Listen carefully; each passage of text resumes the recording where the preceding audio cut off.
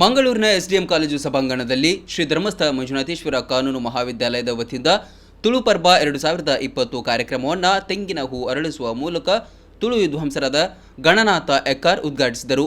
ಬಳಿಕ ಮಾತನಾಡಿದ ಅವರು ತುಳು ಭಾಷೆ ಸಂಸ್ಕೃತಿ ಬೆಳೆದು ಬಂದ ಹಿನ್ನೆಲೆ ವಿವರಿಸಿದರು. ನ್ಯಾಯವಾದಿ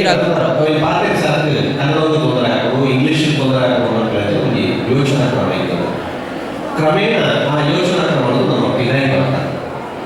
ಅಂಚ ಪಿದಾಯಿ ಬರದ ಕಾರಣದ ಸುಮಾರು ಸಂಘ ಸಂಸ್ಥೆ ಸುಮಾರು ನಲ್ಲ ಕೆಲಸ ಮಾಡ್ತದೆ.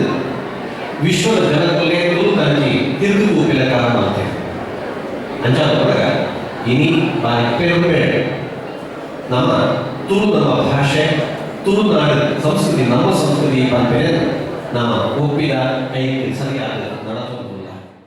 ನ್ಯಾಯವಾದಿ ರಾಘವೇಂದ್ರರಾವ್ ಮಾತನಾಡಿ, ಒಂದು ಕಾರ್ಯಕ್ರಮ ಸಂಯೋಜನೆ ಸುಲಭದ ಮಾತಲ್ಲ. ಅದರಲ್ಲೂ ತುಳು ಕುರಿತಾದ ಕಾರ್ಯಕ್ರಮ ಸಂಯೋಜಿಸಿದವರಿಗೆ ನಿಜಕ್ಕೂ ಅಭಿನಂದನೆ ಸಲ್ಲಿಸಬೇಕು ಎಂದರಲ್ಲದೆ ತುಳುನಾಡು ನುಡಿ ಸಂಸ್ಕೃತಿಯ ಕುರಿತಾಗಿ ಮಾತನಾಡಿದರು.